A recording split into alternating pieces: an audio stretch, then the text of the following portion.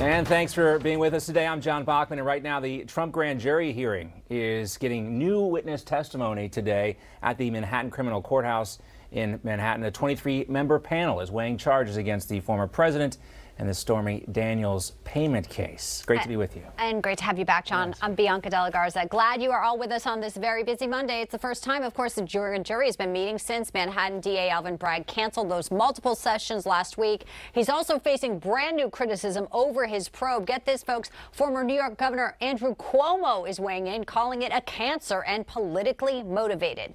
Former President Trump, meantime, also blasting Bragg at that rally you saw here on Newsmax in Waco, Texas over the weekend. After his speech, Trump, in fact, told reporters he thinks they've actually dropped the case already. Our national correspondent, Mike Carter, covering the very latest from New York City for us this afternoon. Mike, good afternoon.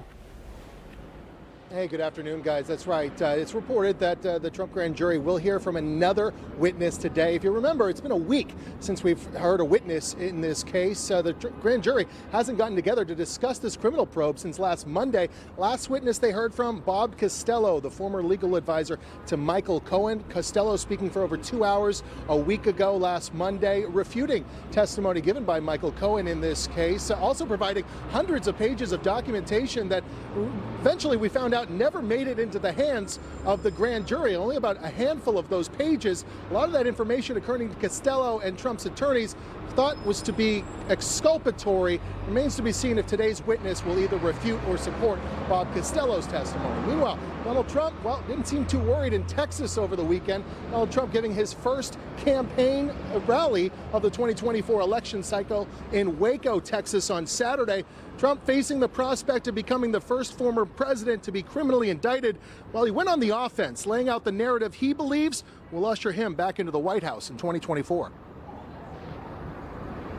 When this election is over, I will be the President of the United States. You will be vindicated and proud, and the thugs and criminals who are corrupting our justice system will be defeated, discredited, and totally disgraced. Well, Donald Trump also finding an unlikely ally over the weekend in disgraced former New York Governor Andrew Cuomo. While a guest on WABC radio on Friday night, Cuomo condemning both the New York and Georgia investigations into Trump, calling them politically motivated. I think it's all politics, and I think that's what the people of this country are saying. And it just feeds that anger and that cynicism and the partisanship. It's a coincidence that Bragg goes after Trump and Tish James goes after Trump and Georgia goes after Trump. That's all a coincidence. And I think it feeds the cynicism, and that's the cancer in our body politic right now.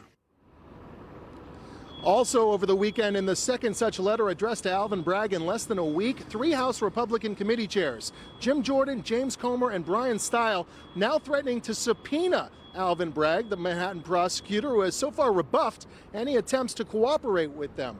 Their letter reading in part, "We believe that we now must consider whether Congress should take legislative action to protect former and or current presidents from politically motivated prosecutions by state and local officials, and if so, how those protections should be structured." Well, last week, Alvin Bragg rejected a previous written request by those House Republicans to provide testimony and documentation into his Trump probe. On Saturday, Bragg responding to Jim Jordan on Twitter, saying this: "We evaluate cases in our jurisdiction based on the facts, the law, and the evidence. It is not appropriate for Congress to interfere with pending local investigations." Well, safety is on the minds of everyone here in New York City this week, especially outside the Manhattan Criminal Courthouse. On Friday last week, Alvin Bragg's office received a letter with a powdery white substance inside it and a typewritten note that read, quote, "Alvin, I'm going to kill you." Thankfully, that substance was determined to be non-hazardous. And as we take a live look outside of Trump Tower right now, we have several uniformed police officers. We have an NYPD vehicle. Also, barricades have been put up around the side of Trump Tower. Everyone concerned about what could happen, hopefully will not happen, no matter which way this case goes this week. But safety is the top priority here in New York City. Bianca and John? Of course, certainly is. Mike Carter, thank you. Thank you, Mike Carter.